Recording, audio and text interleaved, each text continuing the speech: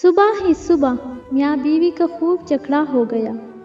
بیگم صاحبہ غضبناک ہو کر بولی، بس بہت کر لیا برداشت، اب میں مزید 1 منٹ بھی تمہارے ساتھ نہیں رہ سکتی۔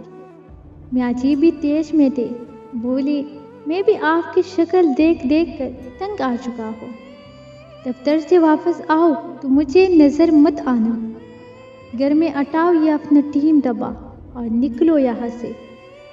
میاں جی غصے میں ہی دفتر چلی گئی۔ بیگم صاحبہ نے اپنی ماں کو فون کیا اور بتایا کہ وہ سب کچھ چھوڑ چھاڑ کر بچوں سمیت میکے واپس آ رہی ہے، اب مزید نہیں رہ سکتی اس جہنم میں۔ ماں نے کہا، بندی کی فطر بن کے آرام سے وہی بیٹھ۔ بڑی بہن بھی اپنی میاں سے لڑ کر آئی تھی اور اسی زد میں طلاق لے کر بیٹھی ہوئی ہے، اب تو نے بھی وہی ڈرامہ شروع کر دیا ہے، خبردار جو ادھر قدم بھی رکھا تو صلح کر لے اپنی میاں سے، اب وہ اتنا برا بھی نہیں ہے۔ ماں نے لال جھنڈی دکھائی تو بیگم صاحبہ کے ہوش ٹھکانے آئے اور وہ پھوٹ پھوٹ کر رو دی۔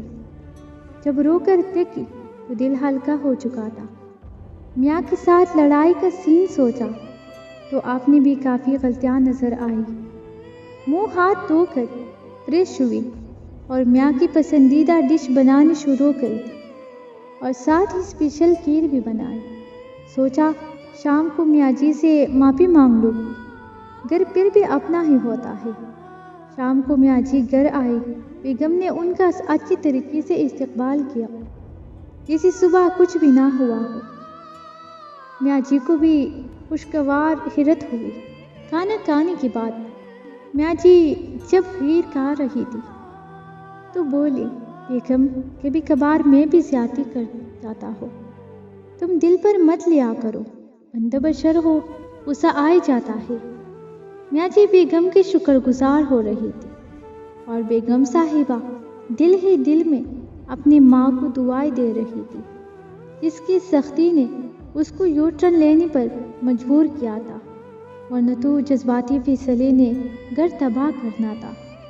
دوستو، اگر والدین اپنی شادی شدہ اولاد کی ہر ناجائز بات کو سپورٹ کرنا بند کر دے تو رشتے بچ جاتے ہیں، آزما لیجیے۔